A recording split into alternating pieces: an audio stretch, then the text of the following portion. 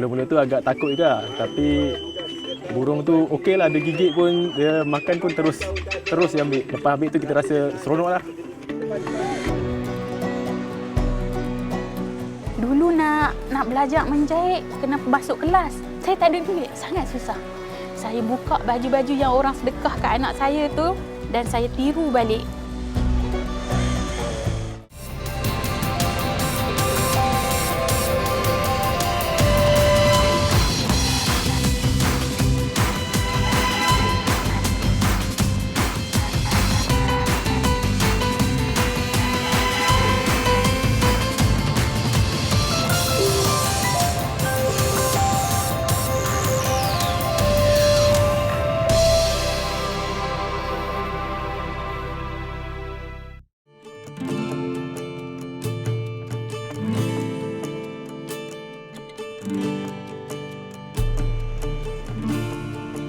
Terkenal dengan kejernihan air laut dan perkampungan nelayan yang tenang, Pulau Pangkor memukau sesiapa sahaja yang mengunjunginya.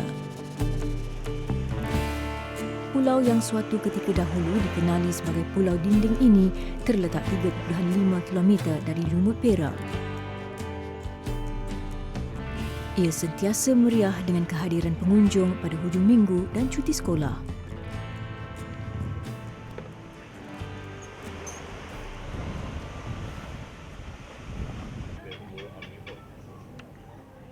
Di pulau kegemaran ramai ini, bertempat di Kampung Teluk Nipah, terdapat seorang warga emas yang mengejar impian mengusahakan rumah tumpangan.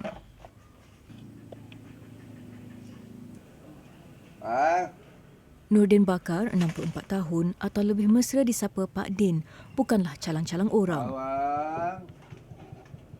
Datuk kepada 4 orang cucu ini terkenal dengan kebolehan menjinakkan burung enggang liar.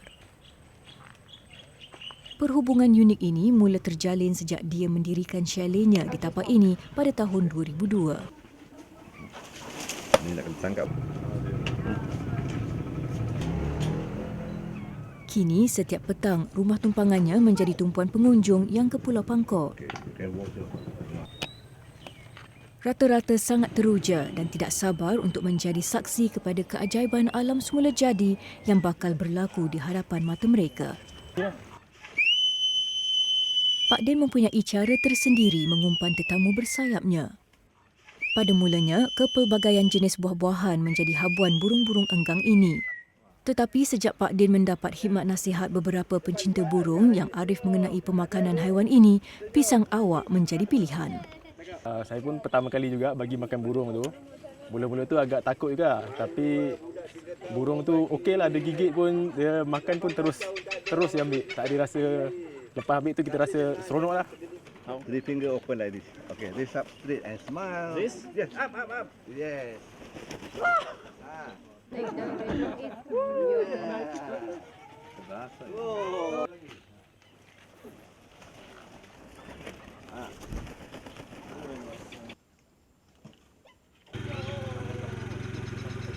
Raise up straight and smile to your camera. Yeah. Berada with your 2 fingers. Okay, then you raise up straight. Do not shake your hand and smile, just smile to your camera. Okay, that's all. They are a lot more gentle than I thought they'd be. They're really precise, they hover beautifully, and we've travelled around Malaysia quite a lot and we've never seen them like this.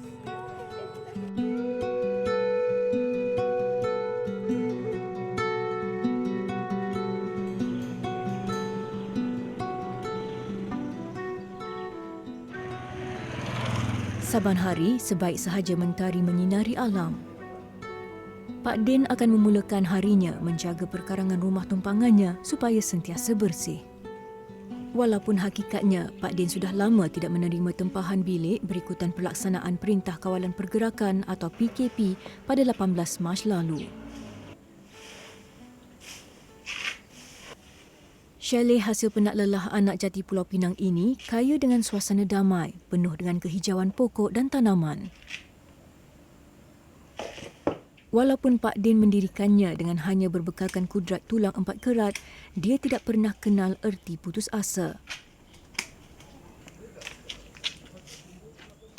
Kini selepas 18 tahun, inspirasinya menjadi kenyataan.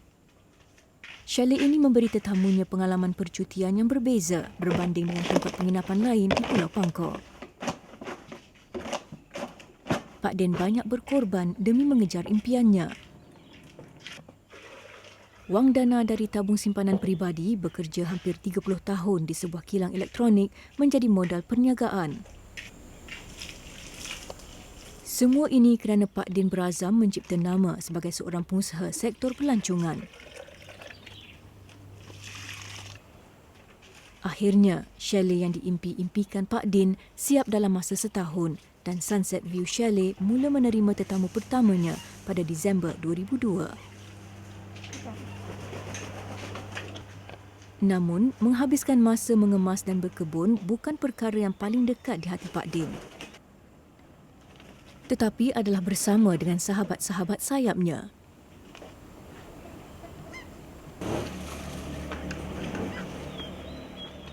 Pulau Pangkor yang berkeluasan 18 km persegi kaya dengan hutan hujan tropika dan kawasan berbukit. Ia antara faktor penting pulau ini habitat pilihan burung enggang. Lambat. Kepadatan penduduk pulau yang agak sederhana juga antara sebab pulau ini sesuai untuk membiarkan burung itu kerana di sini konflik antara manusia dan haiwan liar tidak wujud. Seperti mana di kawasan lain apabila proses pembangunan tidak terkawal mengancam alam sekitar dan hidupan liar. Makan.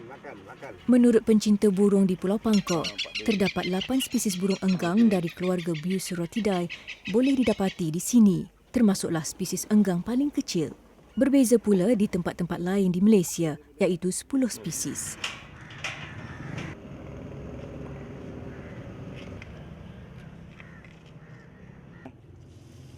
Semenjak Pak Din mula menetap di Pulau Pangkor, dia banyak bersolat di Masjid Teluk Raja Bayang dan bila berkelapangan, dia suka melakukan kerja-kerja amal pada sebelah pagi. Aktiviti kegemarannya ialah memastikan pokok-pokok di masjid berusia hampir 100 tahun ini sentiasa terjaga. Walaupun terpaksa bekerja di bawah panas terik mentari, Pak Din tidak pernah merungut kerana kerja-kerja ini sudah sebati dengan hatinya, seorang pencinta alam. Pokok bunga kita nampak satu sejuk, satu keindahan. Alam semula jadi. Walaupun kita tanam dia, kita susun dia tak semacam hidup melia, tapi bila ada pokok-pokok ni kita tengok suasana dia. Bila orang datang pun tengok saja sejuk je. Itulah suasana yang saya suka. Jadi mungkin ya macam burung saya tu satu bahagian daripada hobi. Ini pun macam satu lagi hobi saya. Pak Din bangga dapat hidup dalam masyarakat majmuk Pulau Pangkor dan yakin masa depan pulau ini akan terus meningkat seiring dengan kepesatan ekonomi pulau yang terletak di Selat Melaka. Kini 25,000 orang penduduk menetap di sini dan 70% daripada mereka bergantung kepada sumber laut sebagai mata pencarian bagi menampung kehidupan harian mereka.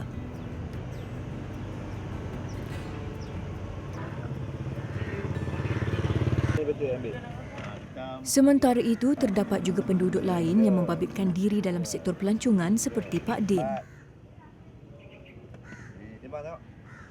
Setiap hari, usai sahaja tugasan di masjid, Pak Din akan berkunjung ke gerai-gerai berdekatan mencari bekalan keperluan hariannya.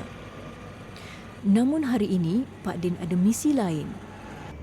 Bekalan buah pisang di chalet sudah berkurangan. Kedai di Pekan Pangkor ini antara tempat Pak Din selalu bertandang untuk mendapatkan bekalannya.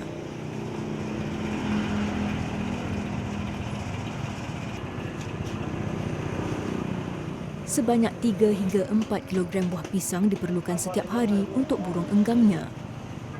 Malangnya, stok pisang awak hari ini tidak mencukupi dan Pak Din terpaksa mengeluarkan duit saku lebih untuk pisang jenis lain yang lebih mahal harganya.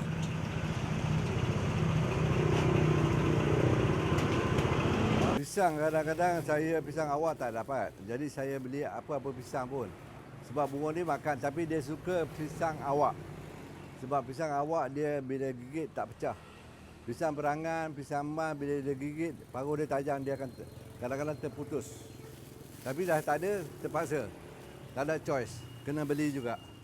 Sebab itu habitat dia memang makan buah-buahan.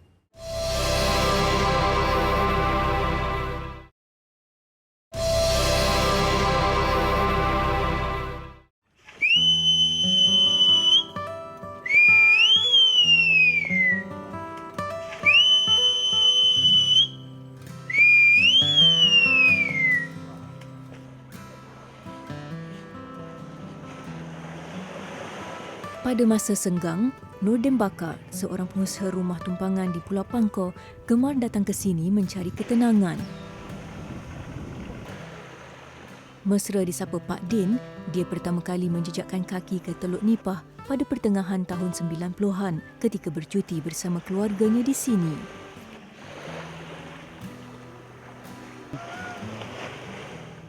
Dek kerana terpikat dengan keindahan panorama dan suasana tepi pantai yang nyaman.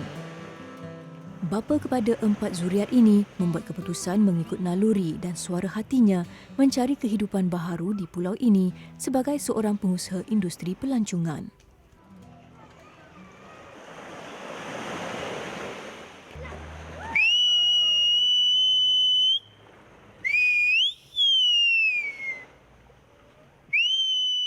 Ketika itu jugalah Pak Din menyedari bahawa sebenarnya dia mempunyai bakat tersendiri mendekati burung liar di pulau ini.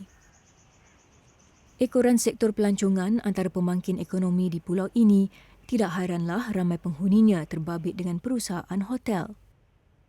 Antaranya Nasruddin Muhammad Tahir, pengurus besar sebuah hotel bertaraf 5 bintang sejak 35 tahun yang lalu. Nasruddin antara kenalan lama Pak Din. Persahabatan mereka mula terjalin lebih sedekat lalu apabila mereka berganding bahu menerajui sebuah jawatan kuasa mempromosikan Pulau Pangkor sebagai destinasi pelancongan. Hubungan itu secara tidak langsung juga mencetus minat Nasruddin terhadap burung berparuh tanduk sapi di pulau ini. Jadi salah satu tarikan yang terdapat dan menaikkan ekonomi Pulau Pangkor ni dan ramai orang datang pulau ini ada satu tarikan di mana makanan burung enggang. Jadi ini tidak sesemuanya tempat yang ada. Jadi mana pelancong akan datang ke Pulau Pangkor. Itu salah satu tarikan yang membuatkan aktiviti yang diusahakan oleh Cik Din ni aktiviti yang tidak ada di tempat lain. Dan akan menambahkan ekonomi untuk penduduk-penduduk Pangkor apabila tetamu-tetamu datang ramai ke Pulau Pangkor. Bagi tetamu datang sebagai orang lama industri pelancongan di pulau ini, Nasruddin percaya aktiviti membabitkan burung enggang berpotensi besar memajukan Pulau Pangkor sebagai destinasi percutian terulung di Malaysia bahkan di persada dunia. Menariknya, hotel ini juga lokasi utama burung enggang singgah mencari habuan mereka. Menurut Nasruddin, lebih kurang 200 pokok palma pada asalnya ditanam untuk mencantikkan lanskip pusat peranginan ini. Tetapi kini pokok-pokok ini ada kegunaan lain. Ni. Pokok-pokok ni kan. Tu ada buah. Yang tu buah. Ada buah ni dah makan. Sejenis buah palma. Memang jalan hutan belantara yang ada, dia suka makan buah ni. Sebab tu dia suka makan buah biji-bijian. Ni kecil, ada yang jenis besar pun ada. Sebab palma ni banyak jenis dalam hutan bangku kita ni. Pokok libung, pokok pindang Nehru, memang dia suka. Tu. Yang tu memang dia favourite. Saya tengok ni. Yang ni sebab tu saya kata buah ni sama jenis buah ni. Dia suka makan buah ni. So samalah buah tu. Tengok. Teluk Ketapang. Kawasan hutan berbukit di sini antara habitat burung enggang di Pulau Pangkor. Lazimnya, sarang burung spesies ini hanya terdapat di rongga pokok-pokok tinggi bagi mengelakkan bahaya telur dan anak burung dimakan haiwan pemangsa. Maka tidak hairanlah faktor-faktor seperti geografi dan ketinggian pokok antara sebab kenapa banyak lagi sifat biologi spesies burung ini tidak diketahui ramai. Namun bagi Pak Din, tempat ini meninggalkan kenangan berharga buat dirinya. Peristiwa pada tahun 2018 masih terpahat dalam ingatannya. Ni. Pada hari tersebut, seorang rakan Pak Din telah terserempak dengan sepasang burung enggang di pesisiran pantai Teluk ini dan terus memaklumkan kepadanya. Apa yang ditemui Pak Din membuatkannya sangat teruja. Buat pertama kalinya, dia berjaya melihat sarang burung enggang dengan mata kasar sendiri.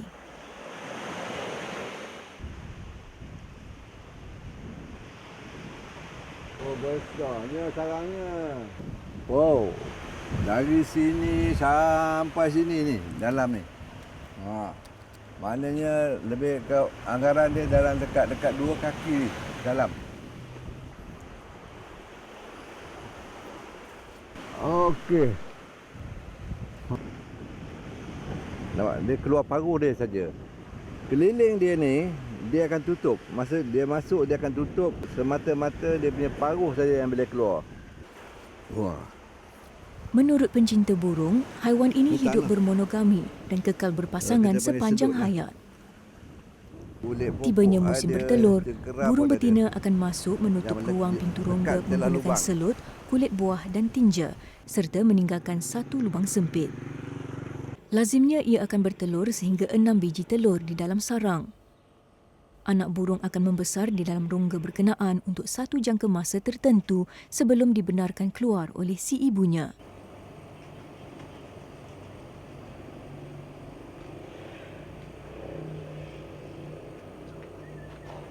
Kita tahu dia punya proses pembiakan. Yang tu ya seronok. Kita datang tengok, dia tak bunyi. Lama-lama dia berbunyi. Anak dia berbunyi. Kita tengok macam mana bapak dia bagi kat ibu dia bagi kat dia. Ada proses dia macam tu. Bapak bagi kat ibu akan bagi kat anak. Bila anak tu dah besar, ibu tu akan keluar. Ya, masa tu memang kita tengok. Dia duduk sorang-sorang, sekor je dalam tu.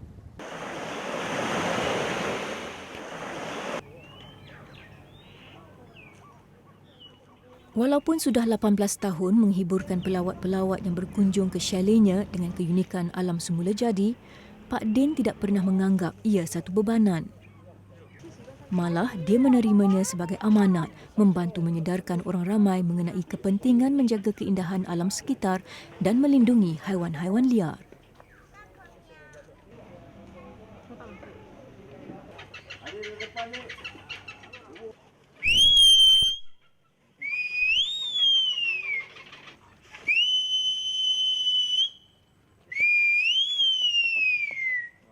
Tepat jam 6.30 petang. Pak Din tidak pernah mengecewakan mereka yang hadir, baik dari jauh atau dekat, untuk melihat sendiri kelainan burung-burung enggang Pulau Pangkor. Ia adalah satu-satunya aksi di dunia, manusia dan burung liar berinteraksi bebas tanpa was-was. Antara mereka yang berkesempatan menyelami pengalaman luar biasa ini ialah pelawat dari Pulau Pinang.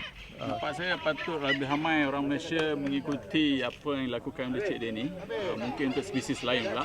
Dan pada waktu yang sama kita boleh preserve spesies unik ni. Macam tu ha. Bagi pisang tu dia nampak. Laga. Mangkuk dia dah datang. Perasaan gembira juga terpancar pada wajah pelancong dari Kuala Lumpur ini. Ia pengalaman pertama Alice Teo dan keluarganya bercuti di Pulau Pangkor. Ini kali pertama saya melawat ke Pulau Pangkor dengan pengalaman yang memberi makanan kepada burung-burung hornbill ni. Memang mula-mulanya rasa takut. Selepas dah beberapa kali mencuba, memang banyak enjoy. Aktiviti bermesra dengan enggang ini berpotensi besar menjadi produk pelancongan utama Pulau Pangkor yang selama ini popular dengan keindahan pantai dan air laut yang jernih. Kali sama di Pulau Pangkor, saya tinggal di Pulau Hek sama yang gembira. Sebab tengok tu burung ini bukan luar biasa lah. Ini memang kalau kita tengok dia macam sudah training, tapi tengok dia bukan macam training. Masa sampai dia sudah tahu mari ada makanan semua pelancong sini. Usaha Pak Din juga harus diberi pengiktirafan sewajarnya supaya misi dan visinya dapat dicontohi ramai agar habitat semula jadi burung enggang di pulau ini dapat terus dipelihara untuk tatapan generasi akan datang.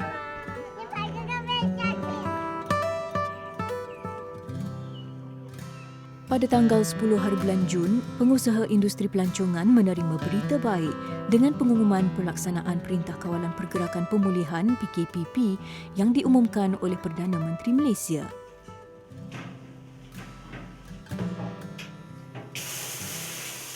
PKPP diharapkan dapat merangsang kembali ekonomi dan memberikan kelonggaran kepada beberapa sektor seperti perhotelan yang sudah bersiap sedia beroperasi dengan amalan norma baharu.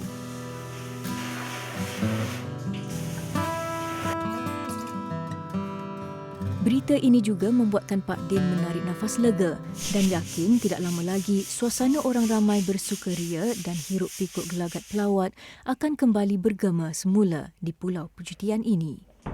Memang happy kan. Memang bila orang kita apa ke bisnes pun kalau ada pelanggan ada duit. Tapi macam mana tarik pelanggan adalah yang benda penting. Itulah saya kata ini salah satu kerja yang saya kena buat. Burung tu satu daya penarik untuk orang nak datang. Bukan tempat saya saja, dia boleh duduk kat mana-mana. Tapi tempat saya ni kelebihannya itulah. Walaupun semakin tua di mamah usia dan mempunyai kekangan kewangan, Pak Din berazam dan yakin chalet hasil titik peluh 2 dekadnya akan dapat beroperasi semula seperti biasa. Walaupun runsing dengan masa depan rumah tumpangannya, Pak Din tidak mudah berputus asa. Bila ada orang datang, itu adalah satu pendapatan. Kita dapat duit. Dan bila dia balik, dia tengok tempat kita, dia tengok kita layan, dan bila bagi makan burung mana satu pengalaman, dia akan balik ke kampung dia ke rumah dia di Kuala Lumpur di mana-mana, dia akan share. Orang kata sharing is caring.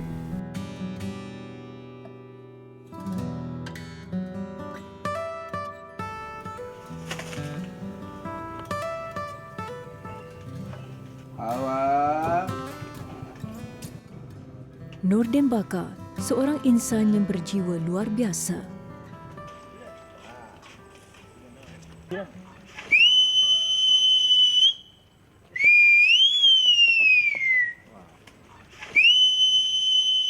Hubungan istimewa antara Pak Din dan burung enggang di Pulau Pangkor bukan setakat tatapan bercorak hiburan sahaja. Tetapi terkandung mesej bahawa setiap insan boleh memainkan peranan masing-masing melindungi haiwan-haiwan liar dan habitatnya daripada kemusnahan, tidak kira apa jua situasi dan cabaran.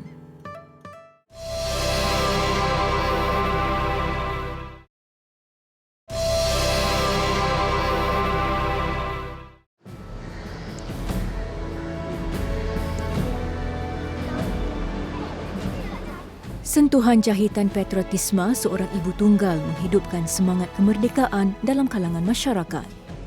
Bila orang pakai, saya rasa saya berbangga. Saya bangga dengan kerja tangan saya bangga jadi orang Malaysia. Sebab dengan cara tu saya boleh terapkan nilai kebanggaan tu dalam diri orang. Bila dia orang pakai, dia orang akan mengingati Malaysia merdeka.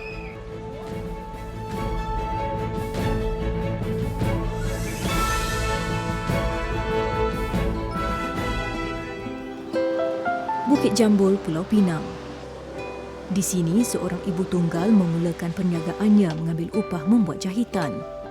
Pemiliknya, Mahani Udik, 30 tahun, menceburi bidang ini sejak tahun 2013 kerana inginkan kehidupan yang lebih baik untuk anak-anaknya.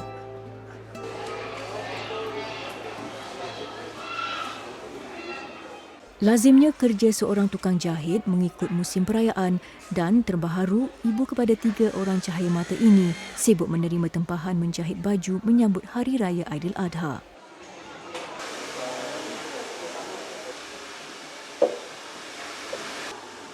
Hampir sedekad berkecimpung dalam bidang ini, Mahani bersyukur kerana dia dikenali dalam kalangan pelanggan kerana hasil tangannya yang halus dan upah yang berpatutan.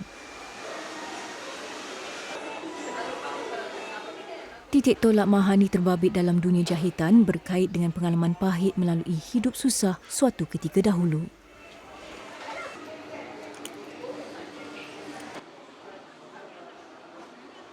Dulu, anak-anak saya hanya pakai baju sedekah jiran-jiran. Saya sangat susah. baju yang comot, baju yang tak cantik, yang buruk. Sangat susah dulu nak beli baju pun tak mampu. Mahani bertekad menimba ilmu menjahit walaupun hanya bergantung kepada media sosial sahaja. Saya belajar menjahit pun asal dari YouTube. Saya tak ada cikgu. Dulu nak belajar menjahit kena masuk kelas. Saya tak ada duit, sangat susah. Saya buka baju-baju yang orang sedekah kat anak saya tu, satu persatu saya buka. Dan saya tiru balik. Asal dari situ saya mulalah. Sebelum ini tidak pernah sekalipun terlintas dalam fikiran Mahani yang dia akan bergelar tukang jahit. Jahitan ni bukan minat saya, tak ada langsung dalam cita-cita saya. Tapi berani saya cakap, jahitan ni yang dah bawa saya jauh berlari, yang buat hidup saya berada di hari ini. Dan sekarang saya dah jatuh cinta dengan dunia jahitan. Saya berani cakap, jahitan ni adalah kerjaya yang tak akan pernah rugi. Tak akan ada. Selagi ada manusia yang waras yang pakai baju, jahitan ni adalah kerjaya yang sangat baik. Menurut Mahani, tempahan yang diterima pada musim perayaan sebelum ini pernah mencecah lebih 600 helai. Namun tahun ini berkurangan berikutan pelaksanaan Perintah Kawalan Pergerakan PKP untuk mengawal wabak COVID-19 daripada menular.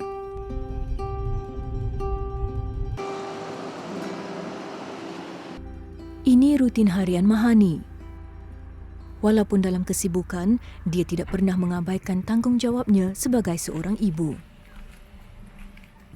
Saban hari, Mahani berjalan berulang-alik mengambil anak kembarnya, Sri Mustaqimah Al-Kausar dan Sri Nurjanah Musfirah 10 tahun dari sekolah sebelum menuju ke kedai jahitan mereka yang terletak di Bukit Jambul.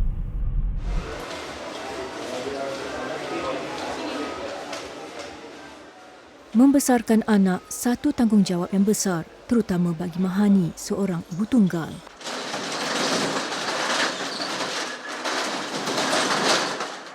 Namun, anak kelahiran Sungai Petani ini tidak pernah merungut kerana dia akan memastikan kehidupannya akan sentiasa melangkah jauh demi anak-anaknya.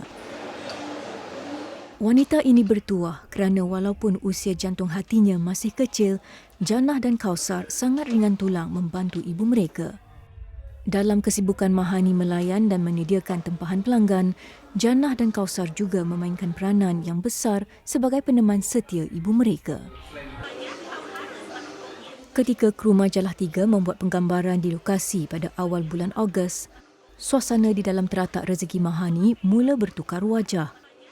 Dari koleksi baju perayaan Hari Raya Aidiladha, kedai Mahani mula memaparkan koleksi busana bercorak jalur gemilang.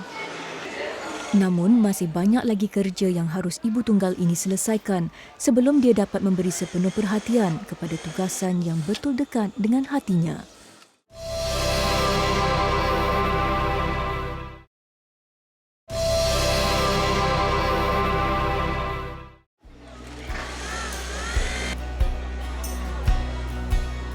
Setiap tahun menjelang bulan Ogos, kedai jahitan Mahani menjadi tumpuan orang ramai yang mahukan sesuatu kelainan sambil memupuk semangat patriotisme.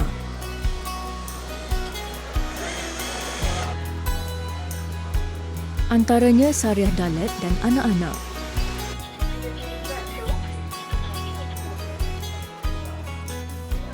Dia dan anak perempuannya, Dalili, adalah peminat tegar koleksi busana berkonsepkan kemerdekaan yang diilhamkan oleh Mahani sejak 6 tahun lalu.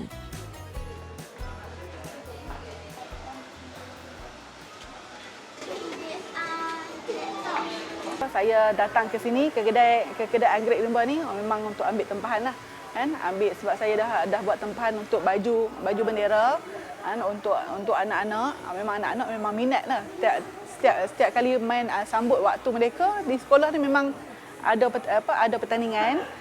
Memang kedai ni memang dah jadi keutamaan saya. Mahani tidak mengambil masa lama untuk menyiapkan setiap tempahan, hanya sejam diperlukan. Tampak ringkas, tetapi setiap koleksi fashion bertema ini adalah hasil tangan dan rekaan eksklusif Mahani. Idea menghasilkan busana bercorak patriotisme tercetus apabila Kausar dan Janah berada di tadika. tercetusnya idea bendera ni. Anak-anak saya tadika dulu. Masa umur 4 tahun, dia orang tadika. Cikgu tadika dia orang suruh pakai baju bertemakan kemerdekaan. Saya beli kain bendera plastik yang kita gantung di tiang tu. Saya olah dari kain bendera. Saya buat untuk anak-anak saya pakai. Jadi gaun yang sangat kembang, sangat cantik. So, bila dia orang pakai di tadika, automatik anak-anak saya jadi perhatian.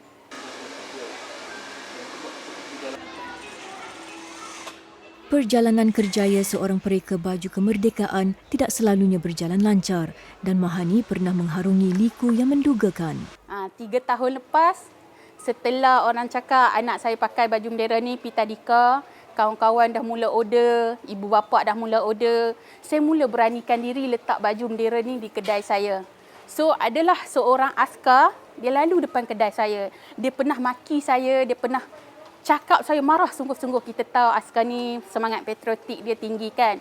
Dia cakap, saya menghina negara saya dengan potong bendera. Tapi saya cakap dekat dia, saya cakap saya martabatkan negara saya berbangga dengan negara saya buat baju dari bendera. Tapi dia tak puas hati di situ, dia lapor pada polis dan akhirnya saya digari polis. Semalam jugalah tidur lokap. Tapi masa tu belum adalah akta kata tak boleh potong bendera. Saya dibebaskan. Itu kenangan yang saya tak boleh lupalah. Tetapi wanita ini bukan orang yang mudah berputus asa. Dia gigih berusaha mencari rezeki demi kelangsungan hidup anak-anaknya. Bagi saya, buat baju merdeka ni lebih meriah dari raya.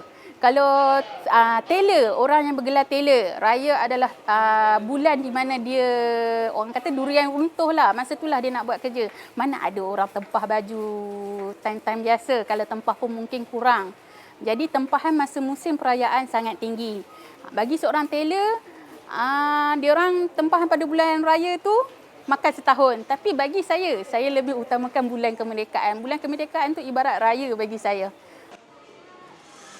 Semenjak Mahani mula menjahit baju kemerdekaan pada tahun 2015, bulan Jun hingga Ogos, tempoh yang paling banyak Mahani menerima tempahan baju-baju unik ini. Namun kerana pelaksanaan Perintah Kawalan Pergerakan PKP, tempahan tahun ini merudum berbanding tahun-tahun sebelumnya. Bila saya menjahit, saya rasa happy sangat. Bila orang pakai, saya rasa saya berbangga. Saya bangga dengan kerja tangan saya bangga jadi orang Malaysia. Sebab dengan cara tu, saya boleh terapkan nilai kebanggaan tu dalam diri orang. Bila dia orang pakai, dia orang kata, setiap bulan kemerdekaan tu kita akan menyambut Malaysia merdeka kan. Bila dia orang pakai, dia orang akan mengingati Malaysia merdeka. So saya setiap kali orang pakai baju saya sangat berbangga. Jahitan aku, orang pakai, saya sangat berbangga. Saya harap benda ni diketengahkan lagi lah. Sebagai seorang ibu tunggal dan usahawan, Mahani sudah menempuh pelbagai cabaran hidup sepanjang hayatnya. Kini dia boleh berdiri megah kerana impiannya menjadi kenyataan. Namun dalam hati seorang ibu, dia lebih ketagihkan pengiktirafan daripada permata hati dan peminat nombor satunya, Kausar dan Jannah. Saya rasa gembira dan saya rasa teruja sebab dapat pakai baju yang dijahit oleh mak saya. Yang paling saya suka baju ni selesa, kembang, cantik. Itu yang saya suka.